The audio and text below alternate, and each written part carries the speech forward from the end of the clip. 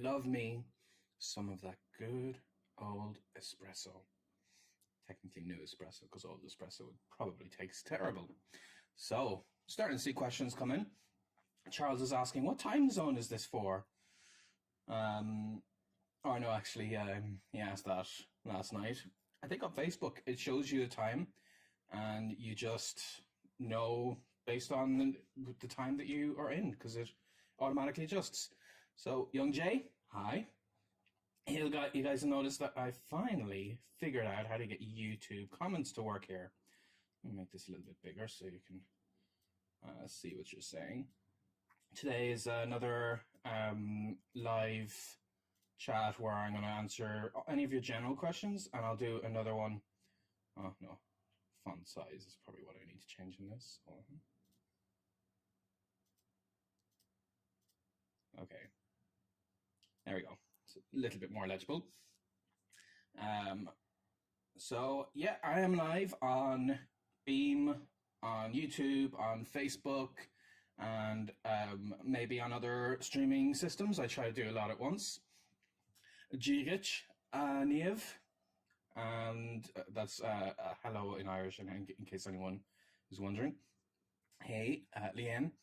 And what I wanted to do today was give you guys some language encouragement and see how I can help you. Facebook is so big here. That's not fair to the poor little YouTube. Let me see if I can reduce its size a little bit. Just make it a wee bit smaller. Oh no, that's only the border. Whatever. Okay, so I would love to help you guys, give you some encouragement. And if there are particular things you want to talk about, then I will.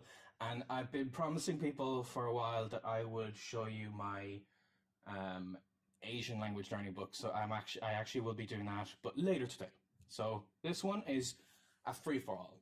Ask me anything at all that's on your minds related to language learning, and I'll be very glad to give you a bit of a help. So, if you don't know me, sorry about that, bad throat. I need to have like a singing me to start my day, clear my throat out, and feel a lot better for these live sessions. And thank you very much, Glass and Hat, for hosting me over on Twitch. Appreciate that very much. So, what else? Oscar says, can we ask questions? I have one. You can, and you have used your question of the day by saying, can we ask questions? I hope it was worth it. No, I'm just kidding. Go ahead and ask whatever question you want. I'll be very happy to help. Hello, Xavier, and Shanghai Kajimarta Tubeni. That's my horrible Ulster twang, totally inauthentic on my Irish there. Okay, so first question I'm seeing coming up here is from Joanna, and she asks, I'm going to the Polyglot Gathering as a speaker, and I'm refreshing some of my weaker languages. How do you keep the weaker languages fresh? Mostly ones that are A2, B1, or A2, B1, or B2 level. Great question. And I actually was thinking about this myself, because the Polyglot Gathering in just slightly under 2 months is going to be in Slovakia. And I had learned a little Czech, which I think would help me when I kind of transition, because the two languages are so similar. So for that, I kind of treat it like I'm starting over. Like I would take the absolute beginner courses, maybe the Lonely Planet phrase book, some teach yourself courses, basic podcasts online, and I would try to activate what I could through that material. And when I get there, hold on.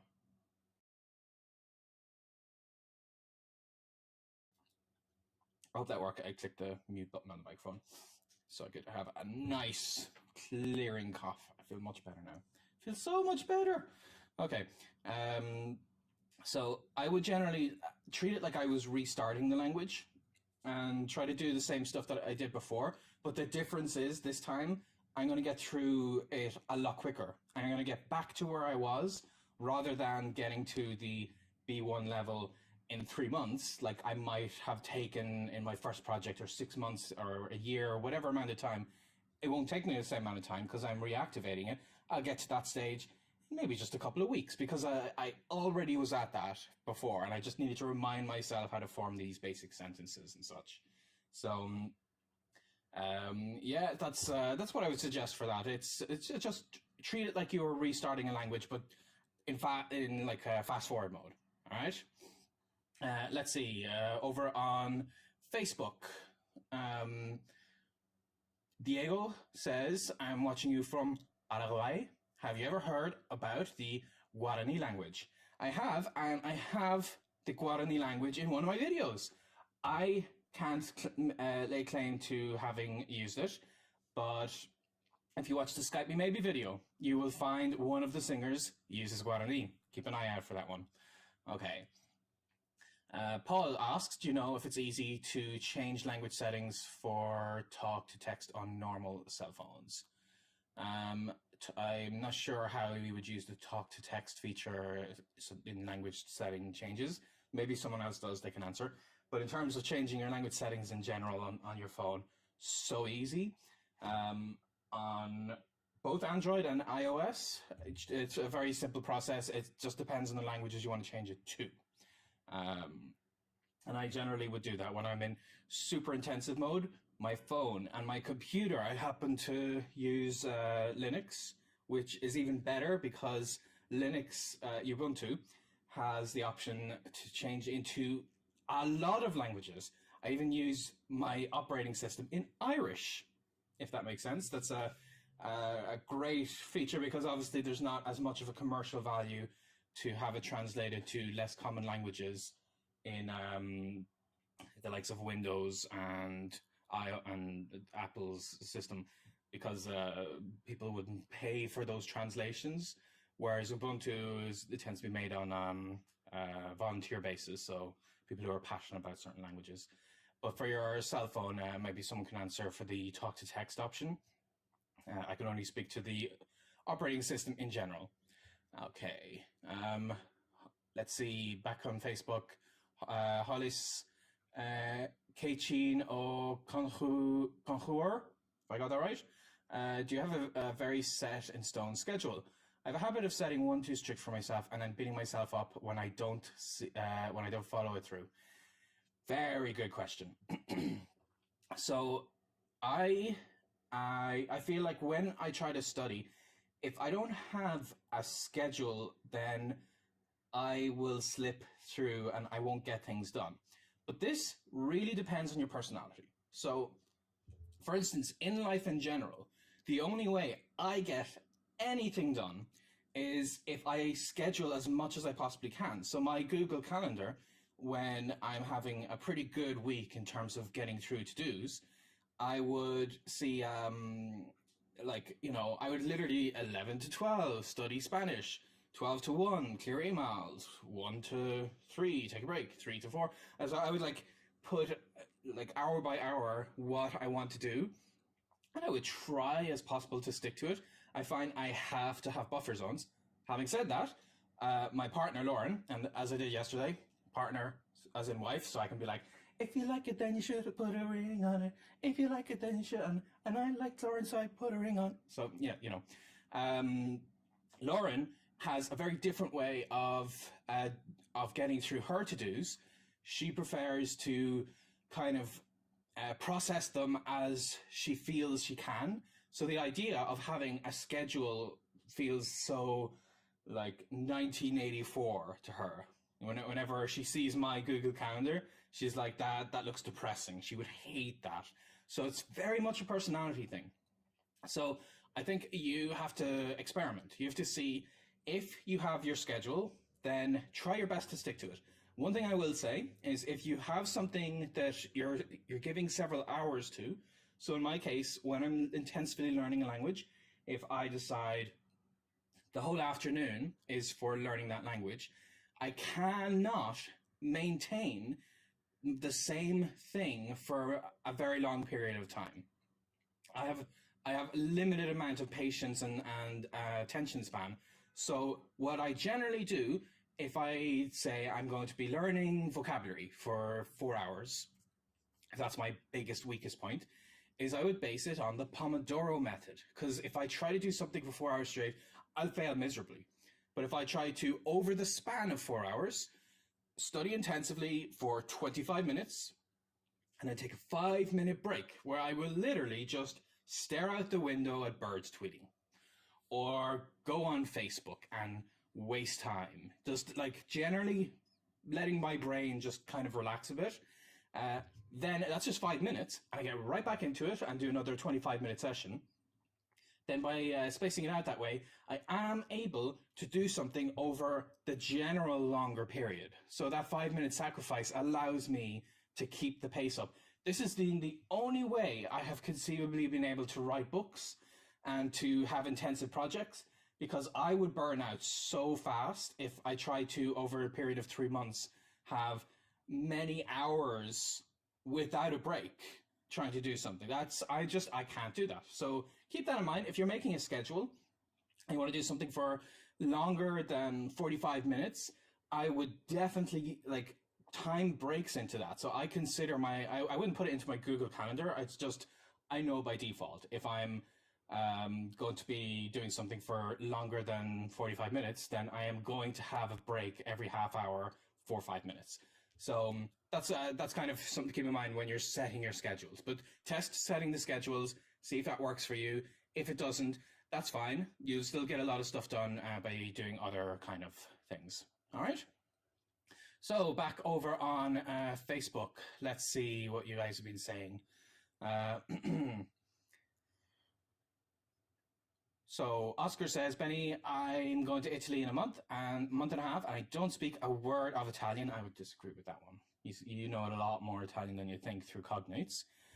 What should I be doing right now? Okay, so this idea of you are going to the country in a month or so, you should be consistently speaking right now. You should not be waiting for the day you arrive to start that. So daily consistent speaking, get on Skype, find a teacher, use the language, and make it so that you hit the ground running, as it were. So you arrive in Italy and you already speak Italian. And then, since you said you don't speak a word of Italian, I would look into cognates, and there are quite a lot, and you'll see you know a lot more Italian than you think you do. And this is one of the reasons, especially with European languages, that you can start speaking from day one, because you can rely on those cognates. You can cheat a little bit, you know? Like, if you're in Italian, if you complicated words, like you might want to say university, that's università, you know? Any word that ends in ation, it ends in azione in Italian. So you try to use those words a little bit more and change your twang on how you say them, and it's essentially an Italian word, okay? So let's see what else we got on Facebook here. Vittorio da Regno Unito asks, are there any A1 to C2 books? I know of, for sure, A1 to C1 books done by Assimil.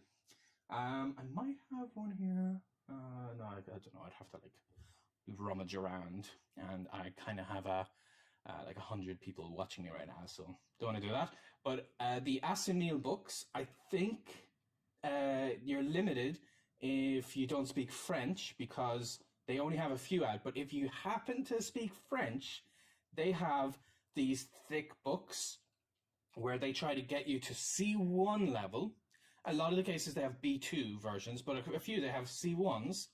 But then again, I might be mixing up. I might be kind of thinking of the two books, one that gets you to B2 and the other that gets you from there to C1.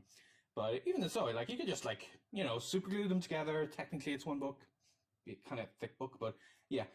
The Assimil courses, I think, would be the better ones to get you there. But unfortunately, that kind of, I don't know how effective that would be. I don't know how much you would imagine you believe in it, because you need to get a lot of spoken practice. The course is not going to give you that. So it has to be mixed with other things. You can't imagine that there's going to be like just you'll finish this book page to page and then you'll speak it at a C2 level. I don't think any course could ever actually promise to do that for you, because the language is just too complex. You need to be interacting with it. You need to take initiative. You need to speak to people. You need to learn vocabulary that's relevant to your situation, especially in the C levels. Because in my case, my background was in engineering. I could only really truly be a C-level speaker in those languages when I started using a lot of scientific terminology.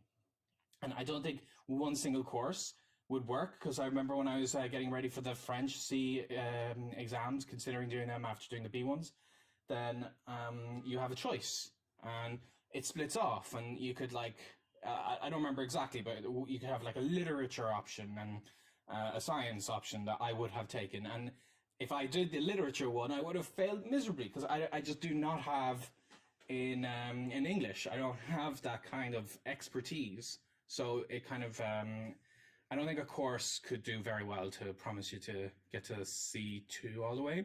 You need to mix it up. A book can't solve that problem. This is why when I made my own course books, I had to, the only way I could sleep at night was knowing that that I keep inside the course saying, get out of this book, get on Skype and talk to people. That was the only way I knew I could make a book that I would be happy with. Okay. All right, back on Facebook. Okay, Charles is telling me the reason he's learning Spanish. That's great. Courage, what things could I do to improve my language learning? Okay, so Mark says, these past couple of weeks, I finally plucked up the courage to begin learning Italian with someone via WhatsApp. What things could I do to improve my language learning when I'm not in a conversation with my language partner? Okay, good question. So what I tend to do is I use my language conversations to give me inspiration for what I need to study between them. This is how I generally create a process, like not technically a course, but a way for me to know what I need to focus my time on. Is after the session, after the spoken session, I will immediately see, okay, in that session, what were my weaknesses? I might see that I had a lot of listening comprehension problems. So I go off and listen to podcasts and try to like really play it back and so on. I might see that I have specific vocabulary issues. So I'll go and get my Yankee decks ready and study that. So I would try to see what my weaknesses are in those spoken sessions, and then study what that weakness is the best way you possibly can, so that you're ever so slightly better the next time. Or as a few friends of mine like to say, suck a little less every day. So you try to base what you're learning based on how you're using the language. So I think this kind of gets the best of both worlds, because you're using your downtime, as it were, your non-spoken time, really effectively, but based on your spoken time, if that makes sense. So that's what I would suggest. Let's see, Angelo. Okay, I'll go through this question. Is the reason you're able to travel and practice more languages because of your successful blog? No. I started my blog in 2009. I didn't earn anything from the blog till 2010. I've been traveling since 2003. So I am able to travel because, like, up until then, until I had my blog and stuff, because I just looked at my budget and I decided what's more important, having the latest gadgets and going out all the time and whatever, or traveling and learning languages. And I managed to get my budget down to about the equivalent of $1,000 a month with travel and food and all expenses. And I did that by living in cheaper countries as well. You probably wouldn't be able to pull that off in the more expensive, like America and more expensive European countries. But I focused on traveling through those cheaper countries, and I got jobs on the way. And I started having an internet-based work through translations. So I was a translator, and if I was doing it nowadays, I might have been an English teacher via Italki. But at the time, I was an English teacher at schools as I traveled. So you don't need to have some kind of a complex business to be able to travel to other countries. In my case, it was really just figuring it out when I went there, making it work as best as I possibly could. All right. Okay, so back on Facebook, we have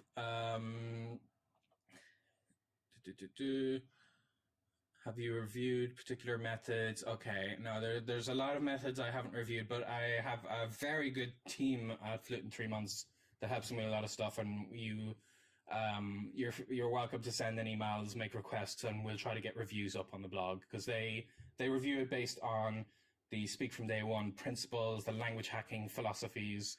So even if I don't personally review the courses, we will get reviews for you guys. And I'm going to do more and more reviews for the courses I know I've used on my YouTube channel and stuff. Okay. Jonathan, is it better to learn Irish Gaelic or Scottish Gaelic? It would depend on if you're more passionate about living in Ireland or Scotland, I'd say. You've enjoyed Scottish Gaelic music. It's hard to come across resources, let alone speakers. Could you learn Irish Gaelic and use that to understand Scottish Gaelic? Yeah, you could. I mean, if your passion is clearly Scottish Gaelic, I would just try to find more material on that. And even if you just have one person, like for instance, I found it very hard to learn Egyptian Arabic because it was a dialect. There were a lot less materials, even though there's tons of materials for modern standard Arabic. But what I did was I tested out several teachers on Italki, and I found one who I was able to get to help me use a kind of a special writing system that's kind of like they use in text messages, and help me give me the right vocabulary, give me the right exercises that I needed to do based specifically on this dialect. So that one person became my entire course material, as it were. So you might just need to find that one person who can help you with Scottish Gaelic, and they would be able to give you more than enough material and help you with lots of language practice. I know finding that one person isn't exactly the easiest thing in the world, but something to consider. All right. And let's see. I have trouble. Okay, Tien back on Facebook says, I have trouble expressing my opinion in English. So do you need to improve I need to improve my vocabulary first to speak fluently? Okay, expressing your opinion in English. I like it when people have specific issues rather than just saying, my English is really bad. If you have this issue that you have trouble expressing your opinion, you can work on that. You can find materials specific to that problem. You might find podcasts. I'm pretty sure English Pod 101 would very likely have a lot of lessons based on expressing opinions. And you would be able to find ways to phrase things, and they would express like a range of opinions. And if you have language teachers, then make that your focus. Maybe you're studying something that is not necessarily related to expressing opinions as much as talking in general. So it's good to have that specific problem. That's the kind of problem I actually try to find in my spoken sessions, because that specific problem has a much more likely possibility of finding specific solutions. Okay. So we have another question on YouTube from Bilka Mwao asks, hi, how do you not forget the languages you know? Okay, so what I tend to do when, because once you get to multiple languages, you have this kind of a juggling problem. So what I tend to do is focus on learning one language at a time. So one language intensively, that's where the whole 3 months comes from. It has to be like a really intensive project. Does not have to be 3 months, can be 6 months or whatever. But learn one language, keep learning just that language until you get it to ideally a B2 levels, upper intermediate.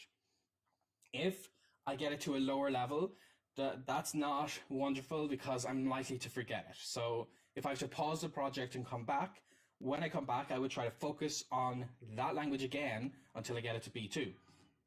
Because you're going to forget the language if you don't use it consistently. Now, if you want to become a polyglot, the great thing is if you can get it to that B2 level, you can take a break.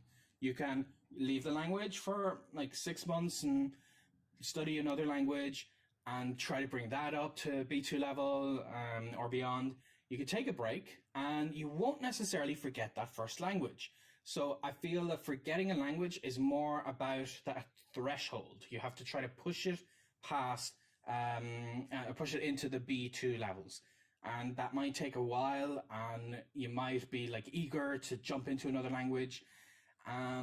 Unfortunately, you really just have to keep at it until you get to the B2 level, and then you're not likely to forget it. Then after that, what I would do for my B2s and ups is just make little maintenance projects. So this year I might have like quick bursts before events like the Polyglot Gathering. I might see, okay, how much Slovak can I learn in a couple of weeks? But in general, I'm just practicing my languages. Like last night, a couple of you might have seen that I was online playing Mass Effect Andromeda. And you can follow me playing games if you go to Beam. That's this little kind of icon here. Beam.pro/polyglot. So I was playing that in French. And it was great because my French is already in the C levels, but I still need to maintain it. So I do stuff like this. I would just play a game in the language, so I get to listen to complex uses. I would Skype and try to have my teacher challenge me, because obviously playing a game is a bit more passive. Even if you interact with it, you're mostly interacting by shooting monsters. So, you find ways to maintain it. But that's generally what I do, is I either have an intensive learning project or an intensive maintenance where I'm using the languages I already got to B2 and up levels. And then you can switch between them. But I would have those maintenance projects after the intensive ones, and that's how I generally would not forget languages. So I hope that answers that question. All right, back over on YouTube. Let's see what we got here. Okay, so...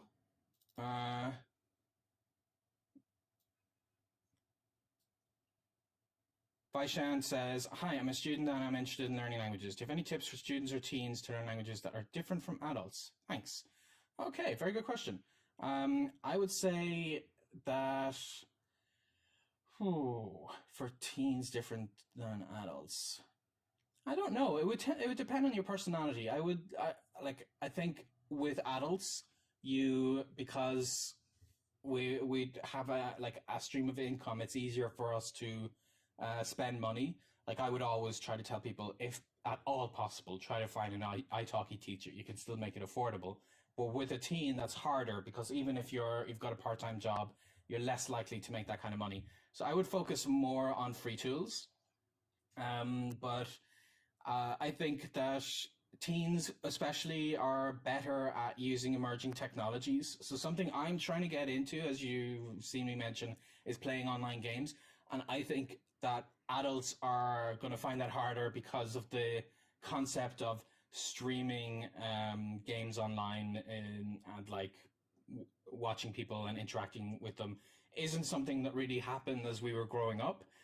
Whereas with teens, that's just normal. So you could use that and interact with people in a way that I think adults would have a lot more difficulty with, because they're totally unfamiliar with that territory. But in general, I think teens are essentially versions of adults, so it's mostly a personality thing. You would find that if you are more passionate about learning through manga, you would use that, reading through comic books, but that would still apply to adults, So I would just see what works with your personality. I think your age starts to be less of a factor, because there are a lot of very mature 14-year-olds who would be able to learn a language way more efficiently than a lot of adults, not because they're younger, but just because of their personality, So I hope that answers that question more or less. Okay, let's see what else we got. Is it bad to be learning multiple languages at once? I don't seem to be having any problem mixing them up. Okay, that's good. This is from Olivia Smaldone. I always imagine I'm saying everybody's names wrong because I don't have the context of where they're from. So I generally think that it's not a great idea to learn multiple languages at once, but that is for me personally, because I have a very hard time maintaining multiple complex things in my head simultaneously. I don't have that skill. But if you're not mixing them up, that's great. I just, even if you're not mixing them up, I still would say that you are better doing each one intensively, because if you spread yourself thin over multiple languages, it'll take you a really long time to get any one of them or multiple ones of them up to a good level. I feel time is better spent intensively getting one up to a really solid level, then the next up to a very solid level, if that makes sense. But if you find your approach is working for you, then don't turn things around, because Benny Lewis knows what works well for Benny Lewis and people that Benny Lewis has interacted with. Benny Lewis doesn't know you and your successes, so always keep in mind that you take people's advice, including mine, with a grain of salt if what you're doing is working for you. Okay? All right. Let's see. People saying where they're from. Great. Okay. Young Jay says, I know about 2,000 words in Spanish now. What do I do now? You start using them. I don't even know how many words I know. I generally don't count words in a language, but what you do now depends on your level, what your skill sets are, what your focus is. It tends to be if you prefer to read and so on. So I would take all of that into consideration. Okay, back on Facebook. I'm doing pretty good on timing here. I'm like at the 11:15 to 11:20 mark, depending on which social media I'm on. So I'm doing good. Sometimes in these live hangouts, at like 11:45, I've only made it past the first 5 minutes of comments. So I'm getting there. I'm trying to speed through for you guys, because I know if I spend 20 minutes answering one question, then you're all like, no, my question, you're gonna miss my question. It's not fair. This always happens to me at live hangouts. Well, I'm getting there. You hang in there. Okay. So, let's see. Jeremy says, I live in Cancun. I've struggled to pick up Spanish. I understand it and I can have basic conversations, but can't seem to get fluent. What would be your top 3 things to do? I've visited Cancun, and I would say that it's probably not the most ideal place to learn Spanish, because it's so beautiful and such a lovely place to visit. It has a lot of tourists, and that means I would suspect that you may be hanging out with those non-locals and speaking a lot of English. So if you're living there though, and that's already established, I would try to see how can you change your lifestyle such that you're not spending as much time with those other foreigners, way more time with Spanish speakers. Doesn't even have to be local Mexican Spanish speakers. You could actually still hang out with tourists, just tourists from Spain, tourists from Argentina, So that would be my top 1 thing for sure. And then I would give yourself, people always ask me, how much time should I put into the language? How much time should I speak that language?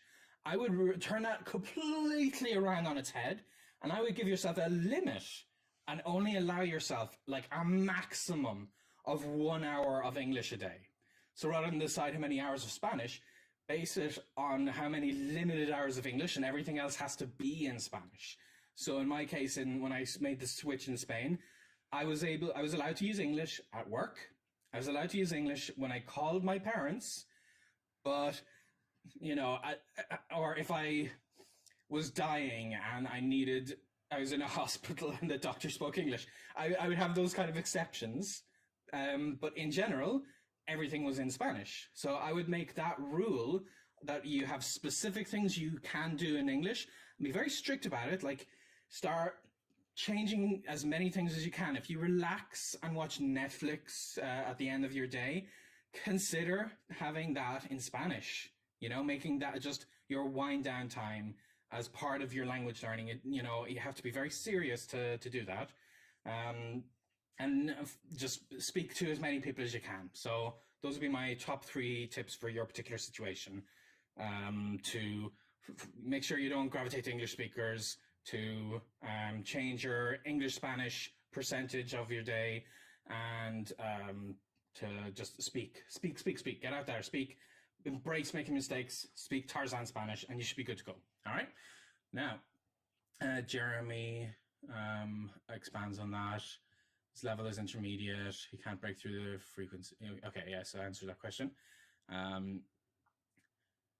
So Lucas says, "Hello again, Benny." Winky face. That's my winky emoji face. Okay. Do you think it's a good idea to start learning German phonetics first, grinding it till I can make all the sounds perfectly, and then continue with vocab, grammar, etc.? Oh, so many of you probably know what I'm going to say here. No, don't do that. I'd be like running to save you as you're about to fall off the cliff or something.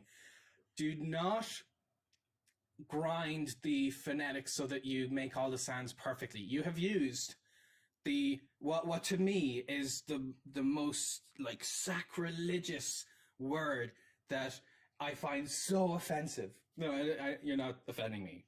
I'm just saying the word "wait until you have something perfectly" is probably one of the biggest reasons people never speak languages.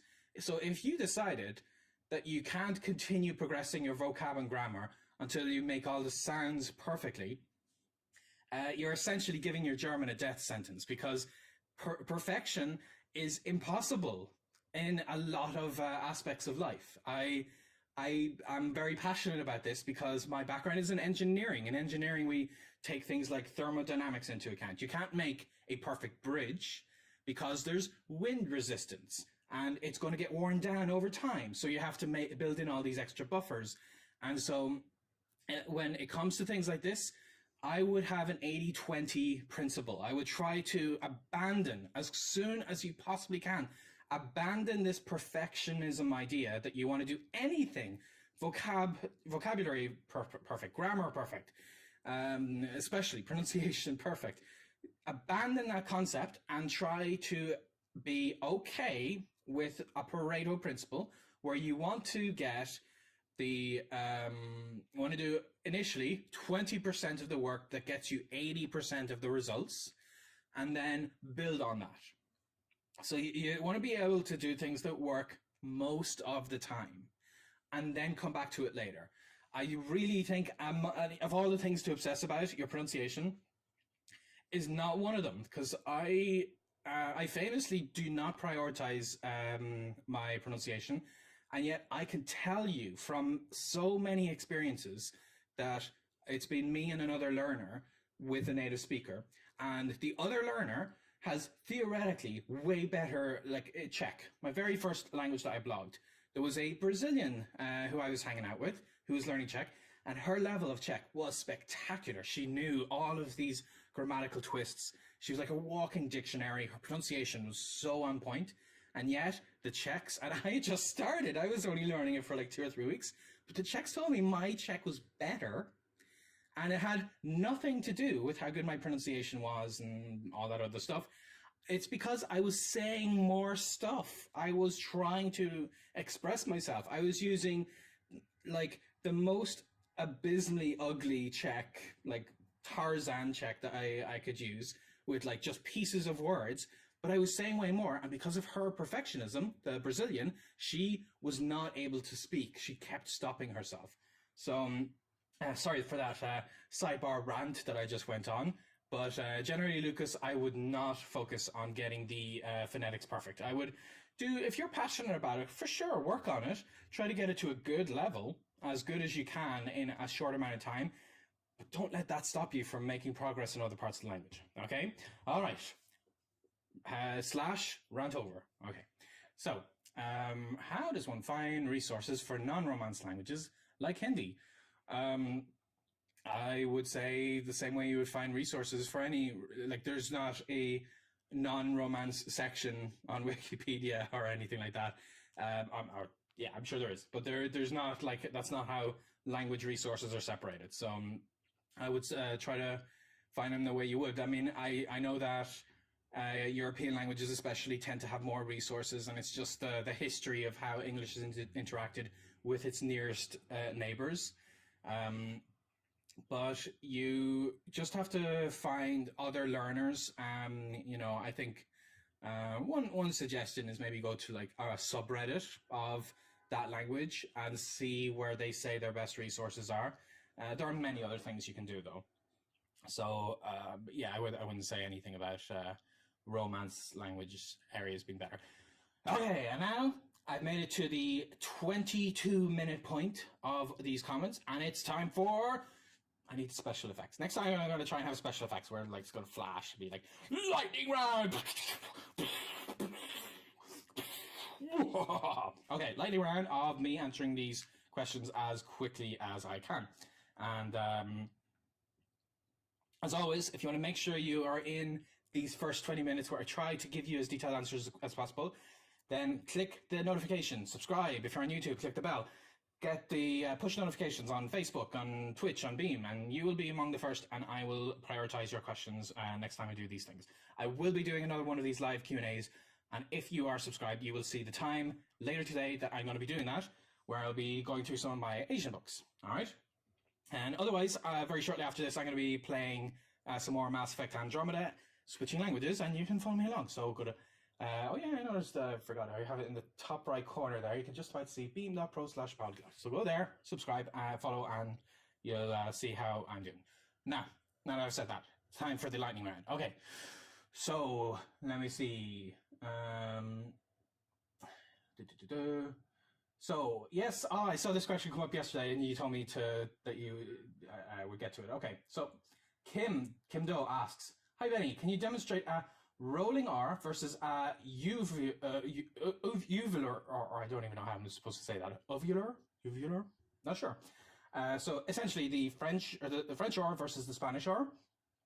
The Spanish R has two versions. The first one is a tapped one, which is very similar to the sound that you would have in the American English word butter, B-U-T-T-E-R.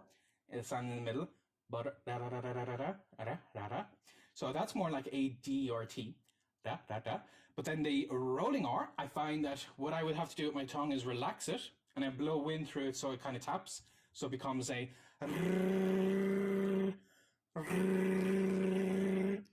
And if you watch YouTube videos of people explaining that, you might see how it works. My friend Idausanes on mimicmethod.com has a very interesting phonetics explanation. But yeah, that's the... And then the French R is more like a... It's back here. So I don't say that perfectly, but it's essentially like... I don't know, like the car is Renault. So that's closer to like a kind of no, not so. It's close to an H. So I would start with an H. I would say Renault, and then Renault, and it has this kind of voice sound to it. Again, check out YouTube videos. People will explain it a lot more depth and ways that might actually make sense to you to get that. It took me a while that in Spanish. It took me several weeks until I was able to do that. I had never learned how to do that growing up, but in my 20s, I learned that. I really think people can learn that. It takes a bit of time, but you will get there, all right? Okay, so let's see, back on YouTube. Oh, that was YouTube. Okay, flicking through. Niamh replies to what I said before, primary global Scottish Gaelic. Do a language started Irish. You can use Dutch dialect to bridge over to the Scottish dialect. Yeah, that I would, if that's the way you want to do it. They are even closer. So I understand Scottish Gaelic, I think, thanks in part to the fact that I've put more time into Ulster Irish. All right. So I'd agree there. All right, Benny, I'm trying to learn German. Moved here 3 years ago. I know many basic words. I want to start a lesson plan with my German girlfriend. Any recommendations where to start? John. Okay, John, I gotta address something very tricky here. When you're learning a language with somebody who you may already be used to speaking a different language with, and this is something I've tackled on the blog a bit, that learning a language with your partner can be a challenge. What I would generally recommend If your girlfriend is willing to speak German with you, great.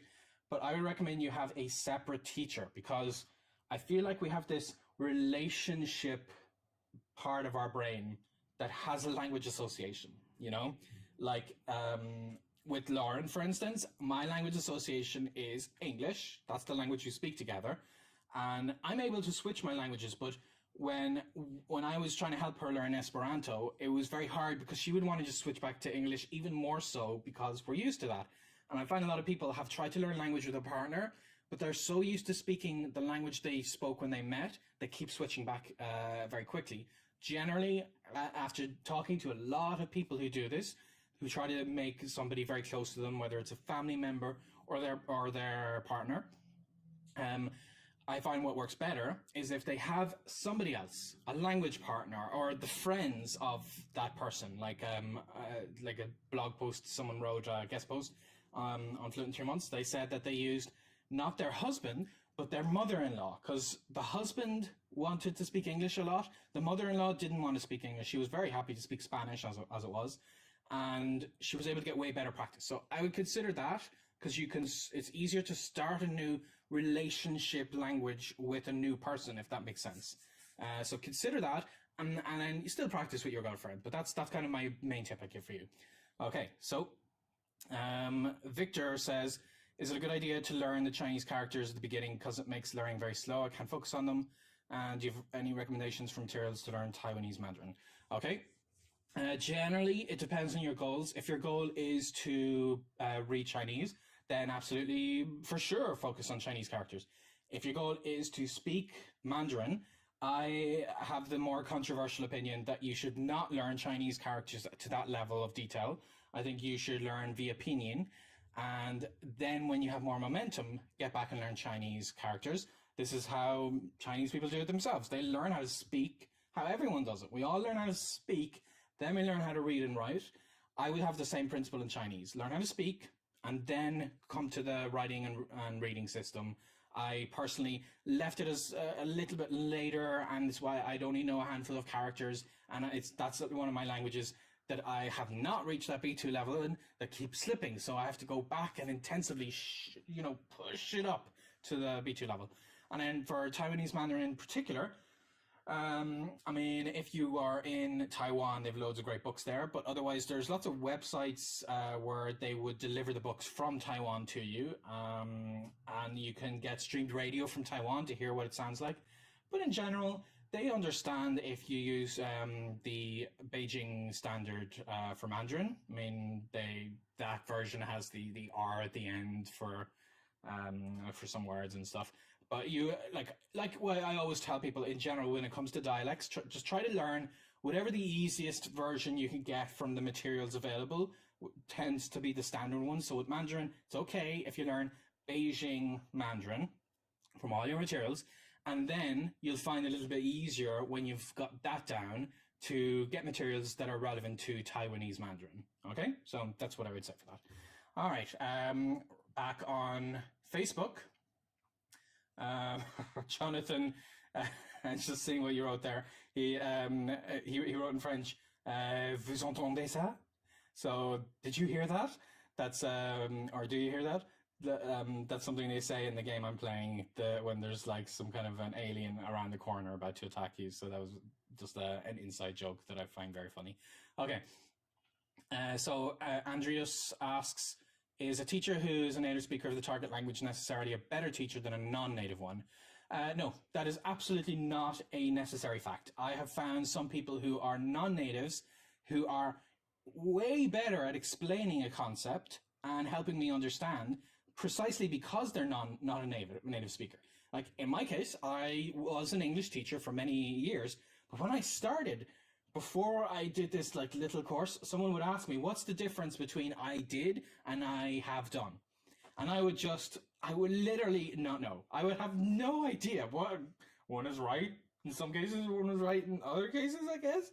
I couldn't explain anything about past participles and simple past. And I understand those concepts now because I've studied them, I learned them in the context of teaching them. But native speakers are not necessarily the best people to help you understand. Native speakers are definitely the best people for you to get practice with. So if you have native access to native speakers, try to hang out with them as much as you can to use your language that you've known. But if you find a non-native, they can be a lot of help. I have to say, I got into languages pretty much entirely because of non-native speakers. If it weren't for the Erasmus students who spoke Spanish as a second language, the French, German, Italians, and Brazilians especially, I would not have been able to get into Spanish. And they taught me. And as I spoke, they would explain something in a way that made so much sense to me that I feel like a Spaniard without a certain kind of teaching experience would just not have been able to do. So it's not necessary, but of course there are loads of native speakers who are very, very well equipped to explain their language to you. Okay. All right. Let's see. I'm getting there. Geiler on Twitch has some interesting emoticons for me. Very nice. Appreciate that. Will this video be available on the Facebook page? It will indeed. I'll leave it up there. So I hope that answers that question, Cian. Benny, do you usually take lessons from professional teachers in Italki? Asako asks. I usually do. That's what I love to use Italki. That's where. Oh yeah, but if you're asking if I take professional teachers versus the community teachers or the free ones, I would generally take the professional ones. In my case, I write about language learning and stuff, so like it makes sense that a lot of my budget can go into paying more and having those like $20 an hour, especially if it's only for a couple of hours a week. But if it's one of my language projects, I actually, ahead of those projects, save up money specifically so that I can have that ready to just get as many professional lessons as possible. And when I'm doing it intensively, those teachers would have the experience that I feel would give me the boost. But you don't have to. You can, if you're not, especially if you're not in an intensive project, you can find the community teachers to be huge help. So these are people who have some teaching experience, or they want to help people on the side, and they may not have like degrees in teaching. They're still very, very good. I personally tend to use professional teachers, but you know, your mileage will vary and your kilometrage will vary depending on where you live. I know, living in America, using all these imperial systems, you know, you give them an inch, you take a mile. Anyway, hey Benny, how would you recommend pushing through the last C1 to C2 level? It's really tricky to push through, thanks. Sam, I would recommend that you try CEFLR exams. I would grab a C2 mock exam, find a teacher, get them to help you push through that. That's like really the best way that I've personally found, is someone working on those particular exams, because they are tailor-made to get you to those levels. Okay. So Sergio says, a few weeks ago I discovered your method and I'm currently very optimistic with my language learning progress. Very happy to hear that. That's great. Okay. Let's see. I'm catching up very quickly. Yay! I might actually get through all these comments today. Kieran says, hey, I'm a big fan, wondering when is it best to start a new language? I would say probably on a Tuesday at 11:17 in the morning, only if it's slightly cloudy outside. That's exactly when. No, that's not a useful answer. Okay, he goes on to say, I live in Mexico, so I'm not having real issues improving my Spanish. I speak upper intermediate. That said, there's still a way to go, and I'd like to start learning Mandarin as soon as possible. I just don't want to start when I haven't finished my other language.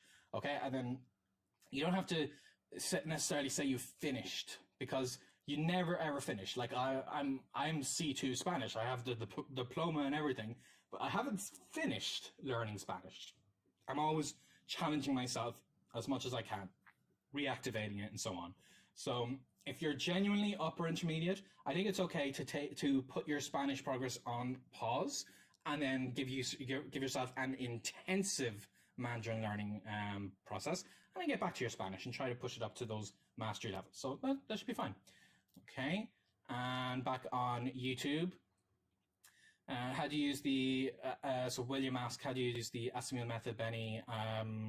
That's mostly book-based, so I would use that as one of my main study materials between my spoken sessions.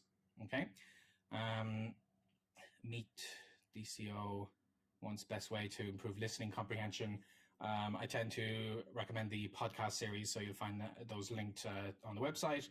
Okay, Abed Basha says, can I be a translator without having a degree in it? That's a very good question. Yes, you can. I was a translator, and I do not have a degree in translation, but I was a specialist translator. I translated engineering documentation because I do have a degree in engineering, and then I did have these certificates in language levels, like the C2 certificate in Spanish, and I had one in French as well.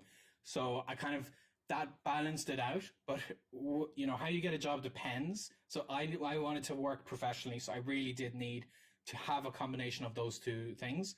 But you also need some kind of experience and training. So in my case, I actually took a really badly paid job that acted as my training to become a translator. And based off that, I got some experience. So what some other people do is they do volunteer work. So like with any job, it really depends. But if you have a degree in translation, you have another catch there, because you don't actually have the specialization that gives you a bigger likeliness to get work. I actually had to turn down work. I was getting so much of it because there are so few engineers who are native English speakers who could translate into English. Every year I would raise my rate, and it was great. It's one of the reasons I was able to keep on traveling as I was. So you can, but I would just be very prudent about how you specialize. Okay, how do you keep your this? So I'm on the final questions here, guys, and then I'm gonna wrap up things. Once again, check me out on Beam. Make sure to activate, look at all my social media thingies here below, and activate notifications and click bells and whistles and anything you can see on all of my subscription stuff. Okay, Covaxium, the random. How do you keep your motivation? I try for a day or two, sometimes a week, but I can't do more than that. Try to mix it up, try to make it fun. I think if you're doing mostly studying, I would totally understand losing motivation. I would too. This is why I try to make speaking, I try to have goals, milestones, like at the end of the month, I want to be able to do this. In my case, I upload YouTube videos while I'm making progress in a language. And that was something for me to work towards. And that helped a lot. My YouTube videos were a big factor in all of my language learning projects over the last like 7 or 8 years, you know? So keep that in mind. You have something to work towards in the short term. And just make sure that you have those kind of goals rather than, I think, a generic, I want to improve, I want to speak perfect Spanish. No. That's sacrilegious. Oh, don't ever use that word. Okay. So, Young Jay has another question. Why is it I can understand words in my target language or native speak, but I can't demand meaning? Does that make sense? No, that does not make sense. So you'll have to explain that to me for a future session, and I'll be able to help you with that. Okay, Xavier says, I'm learning French in school, focusing on reading and writing, making no progress with speaking. What can I do to advance in speaking while keeping up academic-based lessons? Okay, I would, if you're making progress with your academic side, I would keep doing what you're doing there, because you got to pass your exams, you know, and that's just part of life. But then, on top of that, if you're not making progress with speaking, it's because you're just not speaking. And in school, we don't tend to do that. So try to get some kind of practice with speaking. And like I said, you could do stuff like online game streaming. You could Skype people if that's possible. You could find some of your classmates and maybe decide if they're passionate enough that the two of you or the three of you could have like a mini French speaking group that might meet together once a week and try to use French. Just try to speak, try to get practice, and you will make that kind of progress. Okay. Do you think a diploma for a language is useful, like the DELE in Spanish, Cambridge English? I definitely think it's useful, but it depends on what you use it for. I personally have always used it as a motivating factor and to help me understand the complexity of getting to a particular level in the language. But for a lot of people, it actually is genuinely useful in the real world, because you need it to be able to study in universities. You need to get certain kinds of jobs. But if I wasn't motivated by the certificates, in my case, it would only have been useful in my translation work. But since then, it wouldn't have been a practical thing. So it depends. It depends on the kind of work you're looking for. But in my case, I actually find them motivating. I find them useful to push me forward.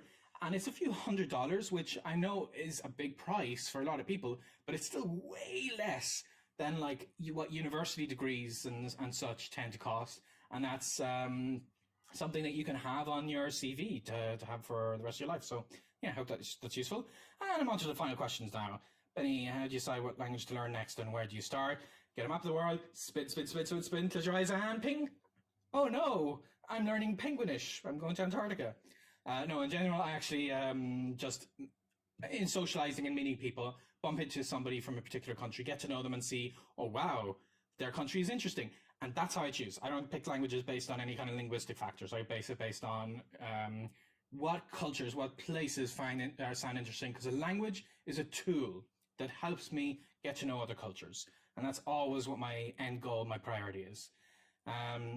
Hey, Benny, do you have any experience with the JLPT? I do not, unfortunately. And then finally, would you recommend I change my program's language settings to my target language? I would. What are your thoughts on going cold turkey? I'm a vegetarian, so I'd probably go cold tofu, you know? But I'm ching. Yeah, if you want to go cold turkey on your interfaces, that's tricky. That could the one catch going cold turkey is it could be so intimidating that you get put off even using the language. So test it out, see if it works for you. If you find it's just way too intimidating, then get back into other things that you know are genuinely helping you make progress, and then come back to the cold turkey of changing your entire interface maybe in a month. You know, that can be like a milestone. When it's the 1st of May, I will change my interface, and that could be a great motivating factor. Okay. Daniela Costa says, saluton, alvi. Okay. And finally on Facebook, what's the most vocab you've ever learned in one sitting? I have no idea.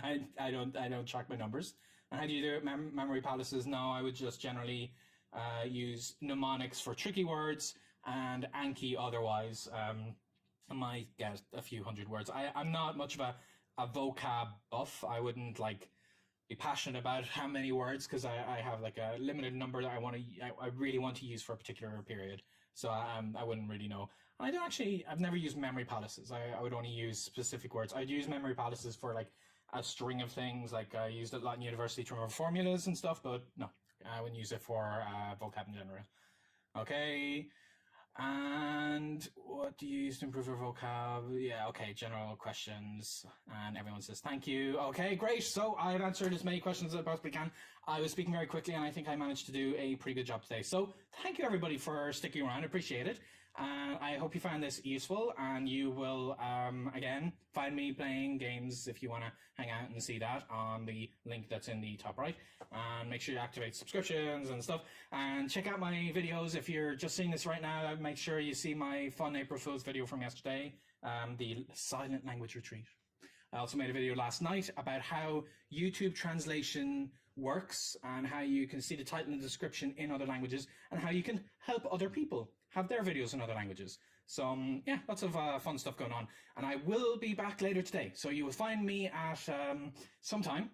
I don't know, I'm going to decide in an hour or so.